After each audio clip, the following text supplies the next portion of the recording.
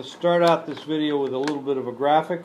This is the over and under win totals for NFL teams for this year, posted on the boards here in Las Vegas. I think this comes from the Las Vegas Superbook. The interesting thing about this is, the problem with this is if you're making these bets and you're not making them bets on credit, you got to put up money and it's got to sit there for 6 months until you figure out whether you won or lost.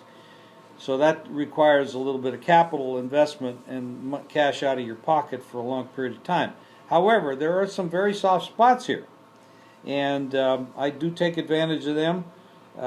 You don't get great odds, but you can make some money, and it's kind of easy pickings in most cases because they underestimate what these teams, how bad they are, how good they are. For example, Cleveland could be an absolute disaster this year, as maybe Oakland will be as well. The Jets, they won more games last year than I thought they would. Who knows what's going to happen this year with the quarterback situation.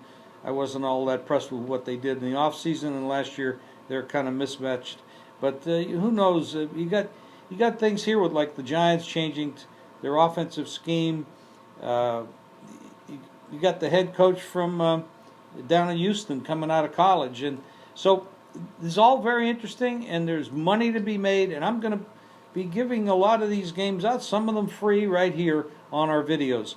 So let's look at some offensive coordinator jobs. There's a lot of offensive coordinators that have changed this year. It's remarkable how many changes there are, which means there's going to be a lot of offensive schemes. And now when you get a job and you get a new boss, well, you got new bosses here. A lot of the players are not going to always be hand in hand and in sync with these offensive coordinators. There's going to be a lot of things that we have to look at both now and throughout the season to see if these guys are coordinating together, if they're meshing together. There's some going to be great and some won't. Like Baltimore, Gary Kubiak, head coach at Houston, now an offensive coordinator for Baltimore. Hugh Jackson at Cincinnati. He was a running back coach. Now he's the offensive coordinator. He stays with the same team. Kyle Shanahan out of Washington over to Cleveland. Detroit, Joe Lombardi comes out of New Orleans. Bill Mazer goes to Miami out of Philadelphia. Minnesota, Norv Turner. This guy's a former head coach.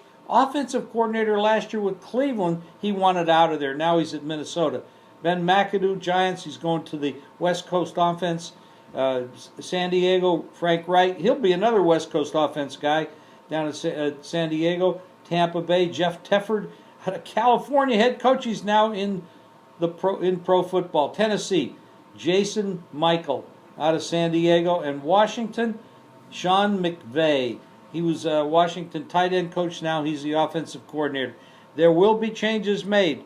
Offenses are very key, especially to totals. If you're a totals player, as I am, and love totals, you have to know what their tendencies are going to be. And if you know that early, you're going to get a jump on not only how many wins they're going to have for the season, but the game totals as it goes on. Bookmakers are very slow to react on totals. They'll make a game 40 because that's kind of the standard, maybe 42. But maybe some games it should be 36 or 46. They're very slow to react, and if you can jump on that early, there's a lot of money to be made.